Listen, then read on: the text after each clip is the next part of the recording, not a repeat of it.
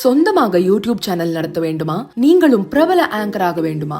உடனே சேருங்கள் Pandey school of journalism. Contact 7388242242. இந்திய விமான நிலையங்களில் பயனாளிகளுக்கான சேவைகளை வழங்கி வந்த துருக்கி நிறுவனத்திற்கான பாதுகாப்பு அனுமதியை ரத்து செய்வதாக மத்திய அரசு அறிவித்துள்ளது. ஜம்மு காஷ்மீரின் பஹல்காம் பகுதியில் நடந்த பயங்கரவாத தாக்குதலில் 26 சுற்றுலா பயணிகள் கொல்லப்பட்டனர். இதற்கு பதிலடி கொடுக்கும் விதமாக ஆபரேஷன் சிந்தூர் நடவடிக்கையை இந்தியா மேற்கொண்டது. இதில் பல உலக நாடுகள் இந்தியாவுக்கு ஆதரவளித்த நிலையில் துருக்கி, அஜர்பைஜான் ஆகிய சில நாடுகள் மட்டும் பாகிஸ்தானுக்கு ஆதரவளித்தன. மேலும் இந்தியா மீது தாக்குதல் நடத்த பாகிஸ்தான் பயன்படுத்திய ட்ரோன்கள் துருக்கியைச் சேர்ந்தவை என்றும் பாகிஸ்தானுக்கு உதவ துருக்கி ராணுவ அதிகாரிகளை அனுப்பியதாகவும் தெரியவந்துள்ளது. இதனால் துருக்கிக்கு சுற்றுலா முன்பதிவு செய்த இந்தியர்கள் அவற்றை ரத்து செய்து வருகின்றனர்.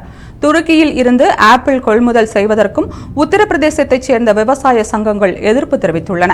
துருக்கியின் இனோனோ பல்கலைக்கழகத்துடன் மேற்கொண்ட புரிந்துணர்வு ஒப்பந்தம் நிறுத்தி வைக்கப்படுவதாக ஜவஹர்லால் நேரு பல்கலைக்கழகம் அறிவித்தது.